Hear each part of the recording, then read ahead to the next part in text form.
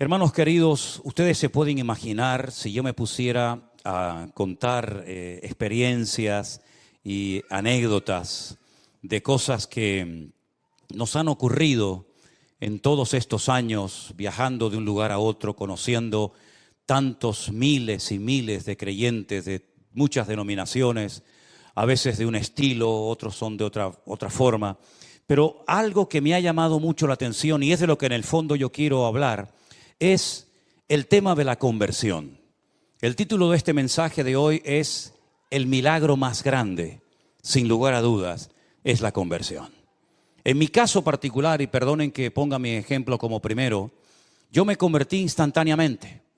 No tardé mucho tiempo en dar el paso de recibir, de aceptar a Cristo como mi Señor y Salvador personal. Yo fui una mañana a una iglesia, había una especie de clases de escuela dominical. No hubo llamamiento, ni se habló así, digamos, de una forma evangelística. Pero a la tarde, cuando volví, en el primer culto, digamos, con predicación, con alabanza, con llamado, que yo asistí a mi vida, en esa primera reunión yo recibí a Jesús como mi Señor y Salvador personal hace ya muchos años atrás. Y no me costó recibir a Cristo, ni muchísimo menos. Creo que ha sido la decisión más sabia y la mejor decisión que he tomado en toda mi vida. Y no me arrepiento jamás de haberla tomado. Me hubiera gustado recibir al Señor antes, pero el Señor tiene estipulado tiempos, ¿verdad? Y ocasiones para cada uno de nosotros. Pero observando cómo se convierten algunas personas, es algo que a mí siempre me ha llamado la atención. Porque hay, por ejemplo, personas que se han convertido, no muchos, he conocido algunos, solos. Leyendo a lo mejor la Biblia o en la habitación de su casa, poniéndose de rodillas y pidiendo perdón por sus pecados o como sea, se han convertido solos, sin que nadie les predicara, sin ir a ninguna iglesia, sin escuchar a ningún pastor predicar, solos en su casa o en su coche o donde sea, se han convertido al Señor. No es lo común, no es lo habitual. La Biblia dice, ¿cómo creerán si no hay quien les predique? ¿Verdad? Pero hay personas que se han convertido solas. No sé si aquí en esta tarde entre nosotros o en casa viéndonos en sus hogares hay alguna persona que puede decir, sí, yo me convertí solo o sola, ¿no? Pero ya digo, no es lo normal. Pero he visto que hay personas que se han convertido después de un largo proceso. Personas que han estado asistiendo días, semanas, meses, no sé si años a una iglesia. Y al final, después de haber escuchado docenas de sermones, de haber cantado muchas canciones y de haber oído muchos testimonios, finalmente toman el paso de aceptar al Señor Jesús como su Salvador personal, ¿verdad? Sin embargo, hay otras personas como yo que lo hicimos instantáneamente y hay otras personas que se han convertido, pero les ha costado. Han tenido que tocar fondo, lo han perdido ya todo, menos la vida. Han perdido el trabajo, han perdido la familia, han perdido salud, han perdido prácticamente todo. Y al final, cuando ya no les queda nada, es cuando deciden por fin definitivamente recibir a Jesús y darle una oportunidad en su vida, ¿no? También he conocido personas que se han convertido por miedo. Me explico. Miedo ante la condenación eterna, miedo ante el juicio venidero, miedo ante estar eternamente excluido de la presencia de Dios. Y por temor, ¿verdad? Por miedo, ese miedo sano y reverente, han decidido cambiar de vida y seguir a Cristo todos los días de su vida, ¿verdad? Dice la Biblia que el principio de la sabiduría es el temor a Dios. Pero en ese mismo libro de Proverbios hay otro versículo que se parece mucho, que dice que el principio de la sabiduría es aborrecer el mal. Y hay gente que viendo la mala vida que han llevado, los malos caminos y las pésimas decisiones que tomaron en su vida, por temor a condenarse, por temor a perderse, pues deciden al final dar el paso. Sea como sea, para mí el ver a una persona convertida, para mí es el milagro más grande de todos los que uno puede experimentar en la vida. Porque es el único milagro que Satanás no puede imitar. Otros milagros sí los puede y de hecho a veces los imita. Pero el milagro de la conversión, el transformar una vida, el diablo, ese milagro, no lo puede experimentar. No lo puede hacer que otra persona tenga esa experiencia si realmente no ha aceptado al Señor. Ahora, toda verdadera conversión tiene que tener 3 elementos fundamentales. Yo los voy a mencionar y a continuación se los voy a explicar para que queden bien claros estos conceptos. Toda verdadera conversión tiene que tener justificación, regeneración y adopción. Empecemos por la primera. La justificación es la palabra que se emplea en la Biblia para decir que el pecador ha sido declarado justo, limpio de pecado, como si nunca hubiese pecado, borrón y cuenta nueva. Si prefieres utilizar el término nacer de nuevo, lo puedes hacer. Dice la Biblia en Romanos capítulo 5 que justificados pues por la fe tenemos paz para con Dios por medio de nuestro Señor Jesucristo. Dios no justifica al pecado, lo que justifica es al pecador arrepentido. Ser declarado justo, presentarte delante de Dios sin tener que avergonzarte una vez que le has recibido y aceptado como tu Señor y Salvador personal. Saber que eres libre de toda condenación, como dice la Biblia, de modo que si alguno está en Cristo, nueva criatura es. Las cosas viejas pasaron, he aquí todo es hecho nuevo. Y ahora no hay ninguna condenación, ninguna, hermanos, ninguna, para los que están en Cristo Jesús. Los que no andan conforme a la carne, evidentemente, sino conforme al Espíritu. ¿Saben lo maravilloso es que ser libre de toda condenación y poder orar, poder cantar a Dios, poder honrar al Señor, sabiendo que todos mis pecados han sido perdonados por el amor de Dios? ¿No es maravilloso, hermanos? ¿No es maravilloso? ¿No se merece un fuerte amén el Señor? Y un aplauso también, ¿por qué no? Es una maravilla. Libres, libres, aleluya. Qué maravilloso es la libertad, ¿verdad? Terrible el libertinaje, pero la libertad gloriosa que tenemos ahora en Cristo es realmente un privilegio. Eso es ser justificado, eso es lo que conocemos como la justificación. Pero la regeneración es el cambio tanto instantáneo como progresivo que se lleva a cabo en una vida que ha nacido de nuevo. Está claro que nuestros pecados son perdonados instantáneamente, pero nuestra vida no cambia instantáneamente. Entramos en un largo proceso, ¿verdad? Y ahí el Señor comienza a moldearnos, ahí el Señor comienza a tratar con todas y cada una de las áreas de nuestra vida. Comienzan a salir cosas que ni siquiera sabíamos que las teníamos.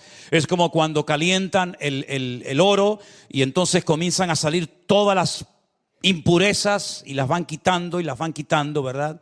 Y eso es lo que ocurre después de haber sido justificados por el Señor. Que el Señor comienza a tratar con nuestro carácter. El Señor comienza a tratar con cosas de nuestro pasado que todavía en nuestra mente nos juegan o les gustaría jugarnos malas pasadas, ¿verdad? Y el Señor comienza a transformarnos, comienza, digamos, a moldearnos. Y en vez de parecernos al diablo, comenzamos a parecernos a Cristo. Cuando el hombre pecó, comenzó a hacer cosas que son típicas del diablo. Comenzó a matar, comenzó a odiar, comenzó a mentir, comenzó a tener celos, envidias, pleitos, iras. Esas son las características de una persona que está bajo la cobertura del diablo. El hombre comenzó a parecerse al diablo después de pecar y desconectarse de su Dios. Pero cuando recibimos a Cristo en nuestros corazones como nuestro Señor y Salvador personal, con el paso del tiempo nos vamos pareciendo cada vez más a nuestro Señor Jesucristo. Y comienza a manifestarse lo que la Biblia llama o indica como el fruto del Espíritu Santo que mora en nosotros. Comenzamos a amar cosas que antes odiábamos.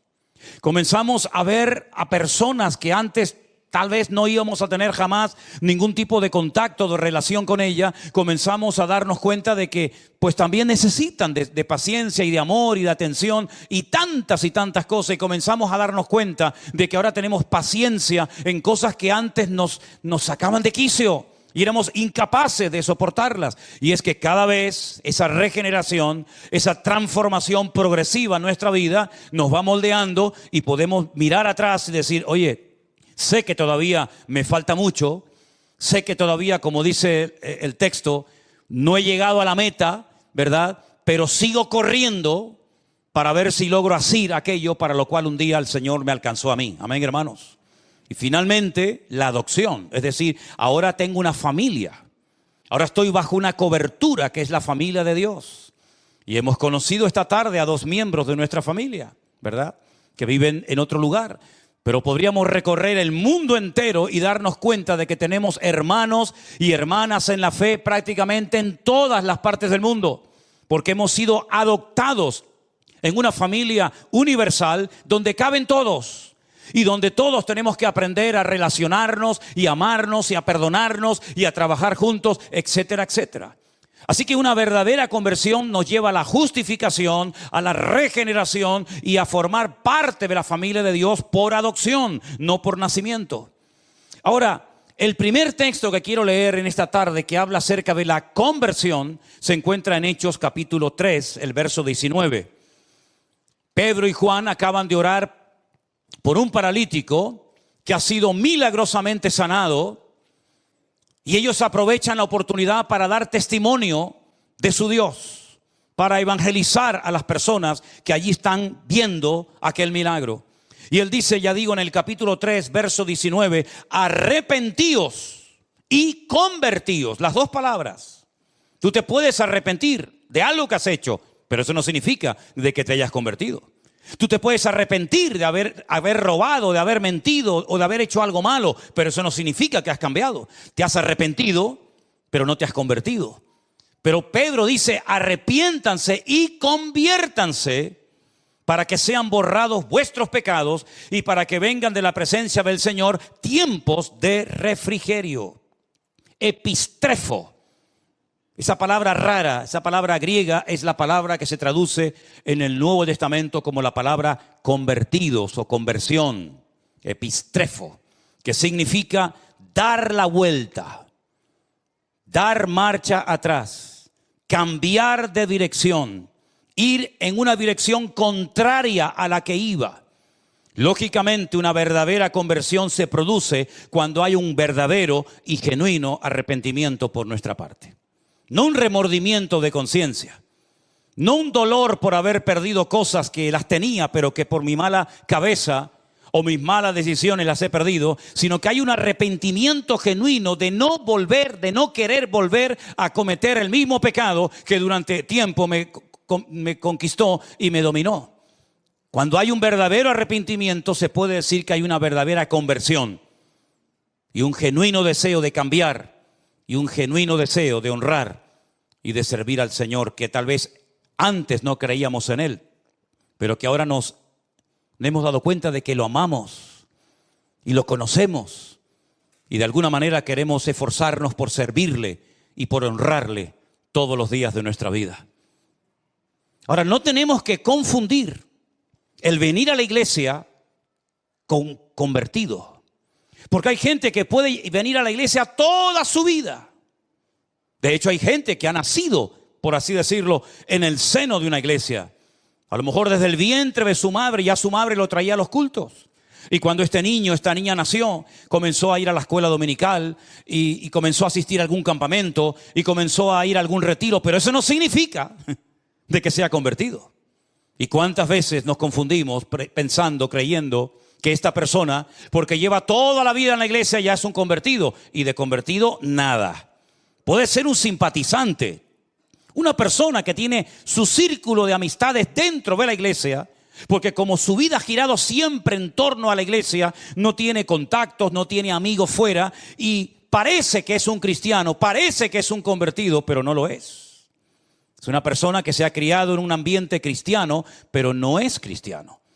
Muchas veces cuando voy navegando en esos largos viajes que me pego en barco, pues hermano, yo voy navegando por el mar, pero el mar, gracias a Dios, no entra donde yo estoy.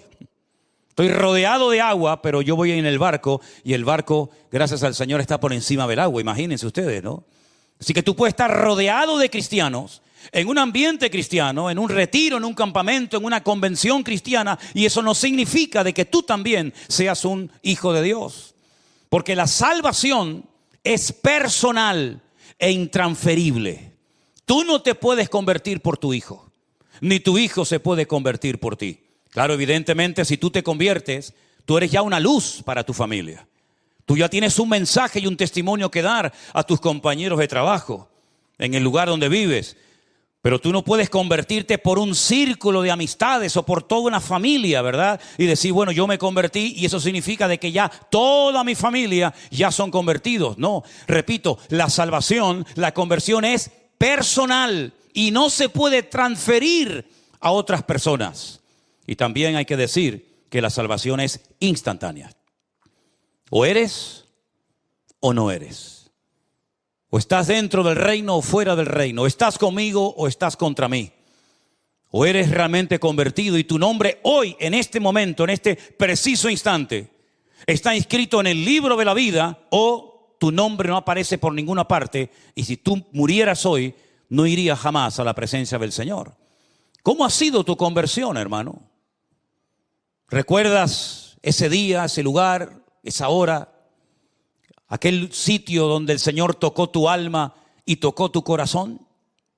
Vamos a leer algunos versículos en esta tarde donde aparece esta palabra epistrefo, que significa convertirse. Vamos a ver las distintas traducciones que le han dado a lo largo del texto bíblico. Por ejemplo, en el Evangelio de Mateo, el capítulo 18, el verso 3, 18 de Mateo, el versículo 3, hay unas palabras muy interesantes del Señor Jesucristo, cuando le dice a las multitudes, de cierto os digo, que si no os volvéis y os hacéis como niños, no entraréis en el reino de los cielos. Es decir, la actitud para poder ser salvo, la actitud para tener una genuina y verdadera conversión es fundamental. Una persona con soberbia, una persona arrogante, una persona que se cree que lo sabe todo, que no necesita de nada ni de nadie, difícilmente esa persona llegará a una convicción de pecados y pedirá perdón al Señor. Algo muy habitual, y precisamente me pasó, para no ir más lejos, esta semana, el jueves, mientras ustedes estaban aquí escuchando el mensaje de nuestro hermano Jerónimo que predicó. Yo estaba fuera hablando con una persona y cuando comienzo a hablarle, lo primero que me dice como para escudarse, ¿no? Como para decir, cuidado que ya te he dicho lo que soy, dice, yo soy católico. Y le dije, ¿usted es católico? Y dice, sí. Digo, ¿de verdad? ¿Pero practicante? ¿Se confiesa habitualmente? ¿Va a misa? ¿Acepta la autoridad del Papa sobre su vida? ¿Es usted un buen idólatra? ¿Reza usted el rosario? Que el Dios te salve María, llena eres de gracia, el Señor es contigo, bendito, todo eso. ¿Es usted un buen católico? Me dice, bueno, no. Digo, entonces permítame que le diga, usted no es nada. Y me dice, es verdad, yo creo que no soy nada. Digo, ya nos estamos entendiendo. Digo, mire, ¿sabe por qué usted dice que es católico? Porque unos señores de España, hace muchos siglos atrás, se fueron allí y les conquistaron a ustedes. Y después de irse y de volver a sus tierras, después de haberse llevado todo lo que pudieron y más, o usted no lo hubiera hecho. Usted no lo hubiera hecho, ¿verdad? Claro, ya. Dejaron una religión allí, muerta y vacía, que no servía aquí, pero la dejaron allí. Y por eso usted es católico. Pero si en vez de haber ido los españoles hubieran ido, por ejemplo, los musulmanes, usted entonces seguramente hoy estaría rezando de cara a la Meca y estaría con un Corán debajo de su brazo. Usted no eligió la religión lo eligió a usted. Y no fue algo que usted decidió seguir o aceptar, sino fue algo que le impusieron a usted casi desde el vientre de su madre. Es decir, cuando una persona cree que por ser católico o miembro de una iglesia, sea esta o cualquier otra, ya es salvo, convertido, se equivoca rotundamente. Porque la conversión no pasa por una denominación. La conversión no pasa necesariamente por ser miembro de una iglesia, llámese como se llame, sino la conversión es un encuentro, es una experiencia personal con Cristo. Yo me arrepiento, yo reconozco que soy un pecador, yo reconozco que me he equivocado. Eso de que no, yo siempre he creído, no dudo de que usted siempre haya creído, pero déjeme que le recuerde a alguien, el más creyente del mundo, el que nunca ha dudado de la existencia de Dios, el que cree que los 66 libros de la Biblia, desde el Génesis 1:1 hasta la amén de Apocalipsis, es palabra de Dios, el que cree en el Padre, en el Hijo, en el Espíritu Santo, el que cree en el cielo, en el infierno, el que cree en las parábolas, las profecías y las promesas, el que nunca jamás ha dudado de la existencia de Dios, es nada más y nada menos que un caballero llamado Satanás, el diablo. Porque Satanás no es un ateo. Porque la Biblia dice que para ser ateo hay que ser necio. Eso lo dice la Biblia. Y Satanás de necio no tiene nada. Satanás es acabado en hermosura, el sello de la perfección y lleno de sabiduría. Dice la Biblia que Dios así lo creó. Y díganme ustedes si Satanás va a pasar la eternidad en la presencia del Señor junto con su amada iglesia. ¿Usted cree en eso? Pero si es un creyente. Si jamás ha dudado de la existencia de Dios. Es que creer sí es importante, pero no es suficiente. No hay ningún mérito en decir yo creo en Dios. Yo he creído toda mi vida y... ¿quiere que ahora le toquemos una música especial y le hagamos una fiesta por haber creído en Dios?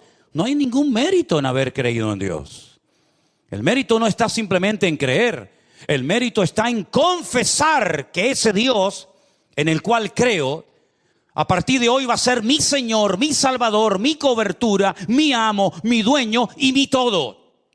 Y yo le rindo a Él mi vida y entonces es cuando comienzo a experimentar el gozo de la salvación, porque uno no nace salvo y luego con el paso del tiempo se condena, sino que uno nace condenado y hay un momento puntual en la vida en el que tú te conviertes y experimentas el nuevo nacimiento. Y de nada sirven las teorías. Un hombre principal entre los judíos que se sabía muchos libros de memoria de la Biblia, más que cualquiera de nosotros, le dijo al Señor: Señor, sabemos que has venido como maestro, porque nadie puede hacer las señales que tú haces si no está Dios con él. El Señor se le queda mirando y le dice: mira, Nicodemo, escúchame una cosa. Si tú no naces de nuevo, tú no puedes ni ver ni entrar en el reino de los cielos. Ni ver ni entrar. Me llama mucho la atención esos dos verbos. Porque podía haber dicho: podrás ver el reino, podrás ver la gloria, pero no entrarás en ella. ¿Por qué le dijo ni ver ni entrar? Porque ellos casi reverenciaban al que llaman Moshe Rabenu. Moisés es nuestro maestro. Y se dirigen a él con un respeto tremendo, ¿verdad? Y ellos saben perfectamente que Moisés no entró en la tierra prometida, pero vio la tierra prometida. La vio desde la frontera de lo que llamaríamos hoy en día Jordania. El Señor le dijo: no vas a entrar, te lo he dicho, pero te voy a permitir ver la hermosura de la tierra prometida. Y dice que milagrosamente le permitió ver toda la tierra de Canaán, toda la tierra que fluye leche y miel, pero no entró en ella. Pero en el caso tuyo, Nicodemo, toda la Torá que te sabes de memoria, todos los 613 mandamientos que has aprendido de memoria desde tu más tierna infancia, toda tu circuncisión y todo lo que te sabes de memoria no te va a servir ni siquiera para ver el reino si no naces de nuevo. Así que tienes que nacer de nuevo para poder ver, para poder entrar y para poder disfrutar de ese reino. Y lo dejó planchado porque no entendía nada. Y le dice: pero esto es imposible.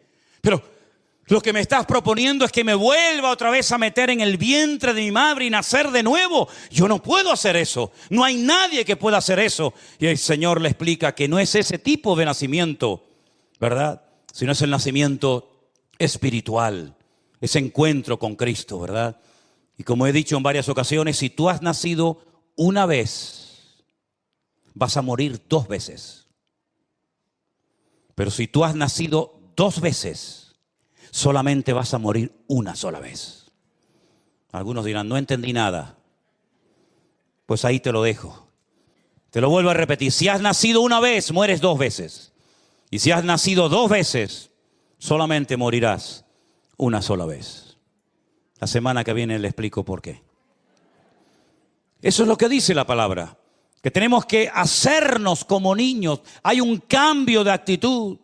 Ya no me escudo, ya no me escondo detrás de una enseñanza religiosa, llámese como se llame, sino que incluso tengo que tener la actitud de un niño dependiente de mi Dios y de mi Padre, sabiendo que no es por mis méritos, por mis buenas acciones, por mis buenas obras que obtengo en la salvación de mi alma, sino por los méritos de aquel que nosotros lo llamamos nuestro Señor Jesucristo. ¿Cuántos dicen amén?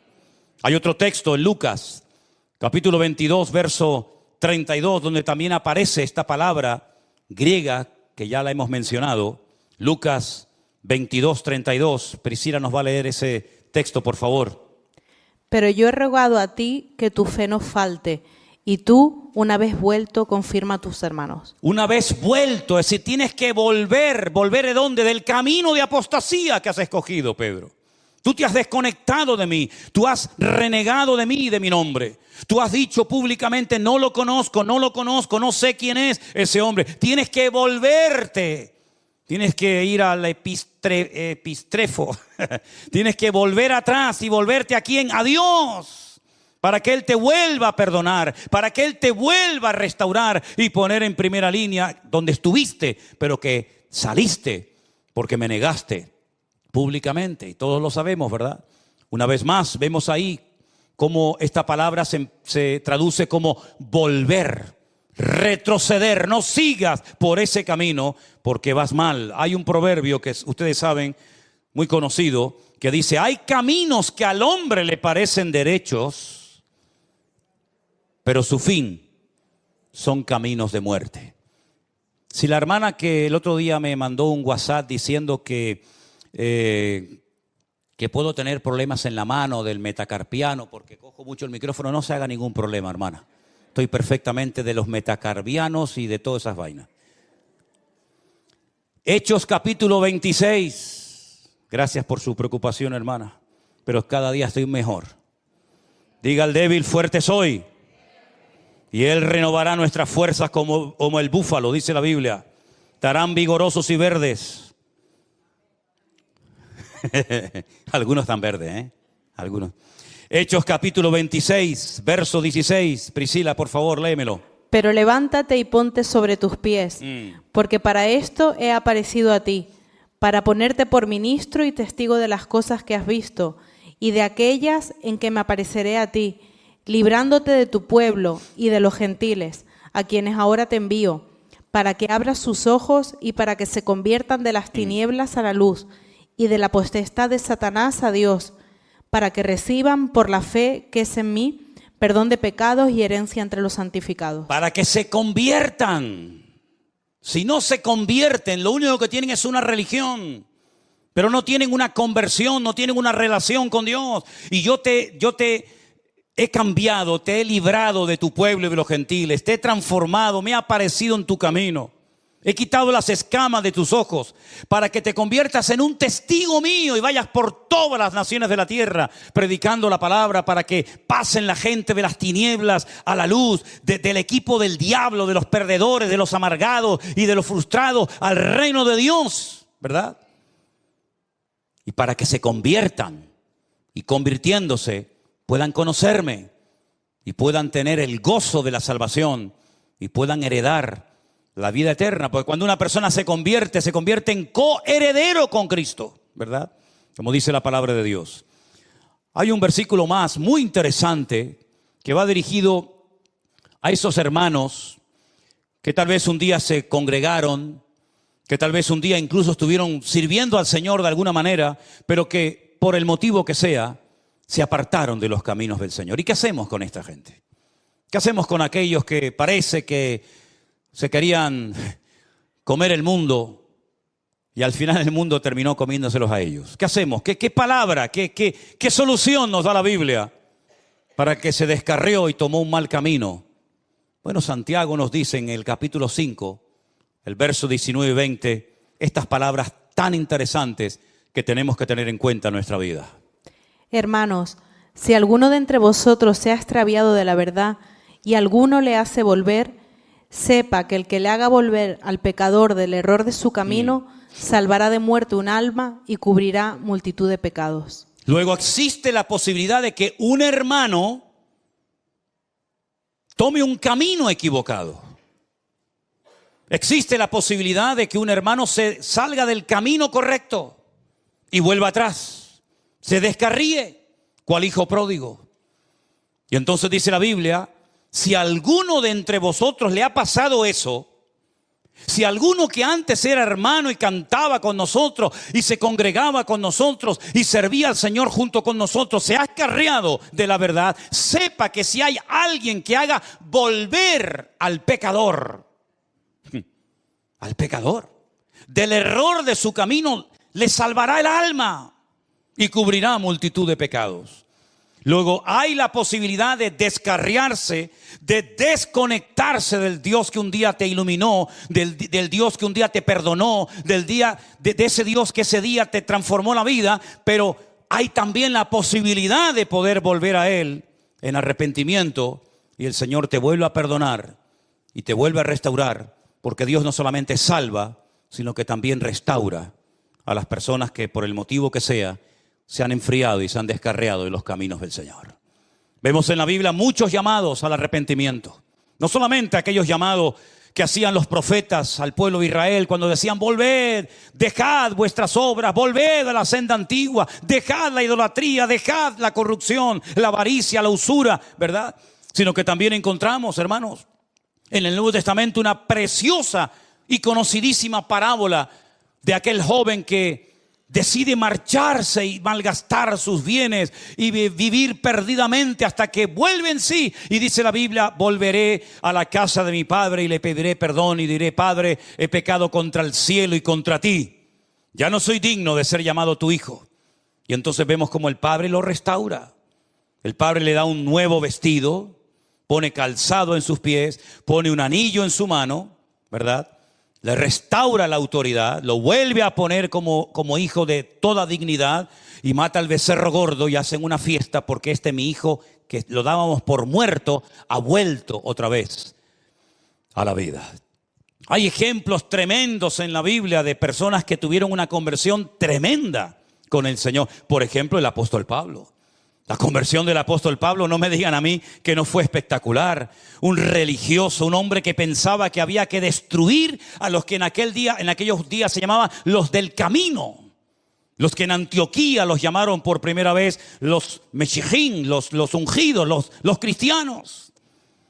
Y cómo él estuvo como testigo en la muerte de Esteban y vio cómo lo mataban a pedrada. Y él estaba allí y no dijo: alto, ¿qué vais a hacer? ¿Cómo vais a matar a este hombre? Sino que él estaba allí y le dice: no se preocupen, tiren las piedras, yo les cuido aquí las sandalias, la ropa, y después las pueden venir a buscar. Y allí estaba frío como una piedra, ¿verdad? Como un témpano de hielo inmutable. Él estaba allí ese día, hermanos.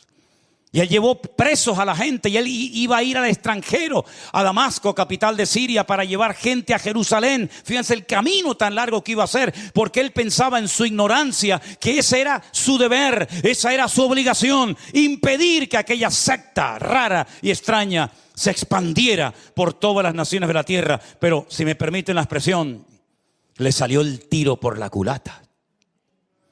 Porque dice que camino hacia Damasco cae postrado en tierra, pierde la vista, queda ciego completamente, y oye una voz en hebreo que le dice: Saulo, Saulo, ¿por qué me persigues? Se habrá quedado temblando de pies a cabeza diciendo: ¿quién eres? ¿Quién me está hablando?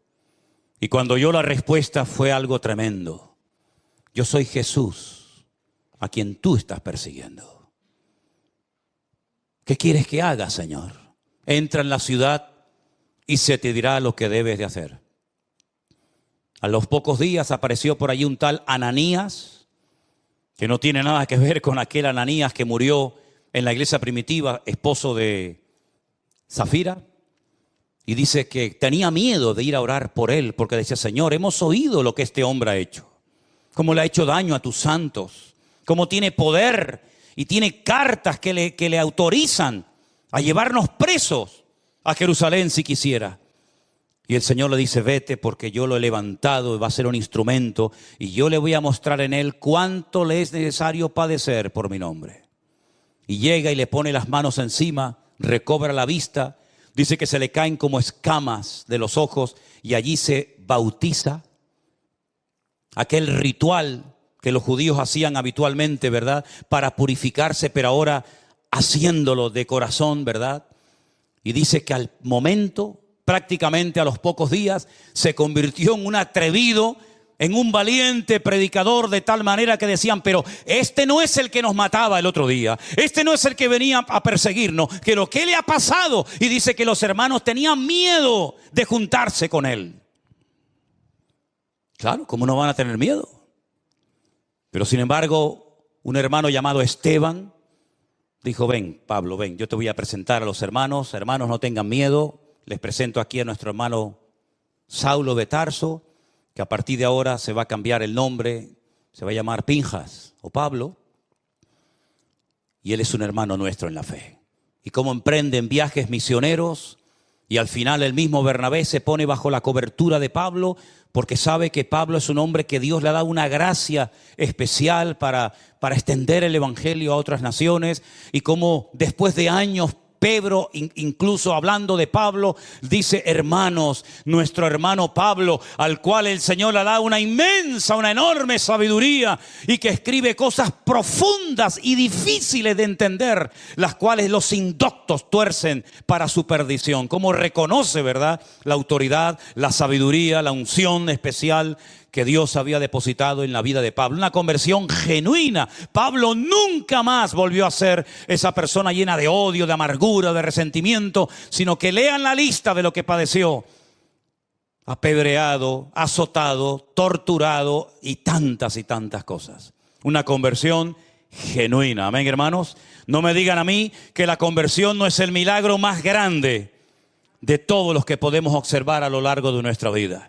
¿Y qué me dicen ustedes de aquel etíope, aquel hombre de color que venía sentado en su carro después de haber estado en Jerusalén y había comprado seguramente por una fortuna un pergamino, un lienzo del profeta Isaías, que no sé ni cómo podía leerlo porque estaba en un idioma que él no dominaba, pero se ve que lo leía, pero no entendía nada? Hasta que Felipe, aquel que había sido diácono en la iglesia primitiva, se le acerca al carro y le dice: ¿tú entiendes lo que estás leyendo?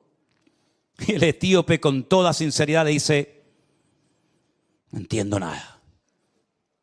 Como cordero fue llevado al matadero.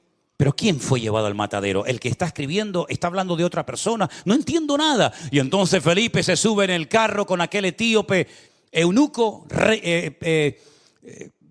miembro de la reina Candace, y comienza a hablarle y llegan a un lugar, a un oasis en el desierto donde ve agua, y Felipe se para y el etíope le dice: yo quiero ser bautizado. ¿Hay algún impedimento? ¿Hay algo que impida que yo sea bautizado? ¿Será mi color de piel? ¿Será que no soy judío? Y Felipe le dice: no hay ningún impedimento, hijo. ¿Tú crees en Jesucristo con todo tu corazón? Dice: sí creo. Dice: pues vamos a bautizarte. Una conversión genuina. Después dice la historia que fue a Etiopía, le habló a la reina Candace, y hasta el día de hoy hay una comunidad tremenda de cristianos en Etiopía, y algunos dicen que él fue el evangelista, el instrumento que el Señor utilizó para alcanzar aquella nación, ¿verdad? ¿Y qué me dicen a mí del carcelero, hermanos? El carcelero que vivía en la ciudad de Filipo, ¿no tuvo una conversión tremenda a medianoche? Mientras había un terremoto tremendo en la cárcel que dice que las cadenas que tenían los presos se caían y las puertas de la cárcel se abrían, y cuando aquel hombre se iba a quitar la vida en medio de la oscuridad de la noche, después de haber oído cantar a Pablo y a Silas, después de haber sido previamente torturado, dice: señores, ¿qué tengo que hacer para ser salvo? Y Pablo le dice: cree en el Señor Jesucristo y hoy mismo serás salvo tú y toda tu casa. Y él fue capaz de transmitir esa conversión, ese cambio genuino, dejando su idolatría, su paganismo, y llevando a toda su familia esa misma noche en una cárcel. Miren qué culto tan interesante. El sermón: cree en el Señor Jesucristo y serás salvo tú y tu casa. Congregación, cárcel de Filipo, predicador, Pablo y Silas. Resultado: bautizados toda una familia. Un culto espectacular, ¿eh? Y se convirtió aquella noche.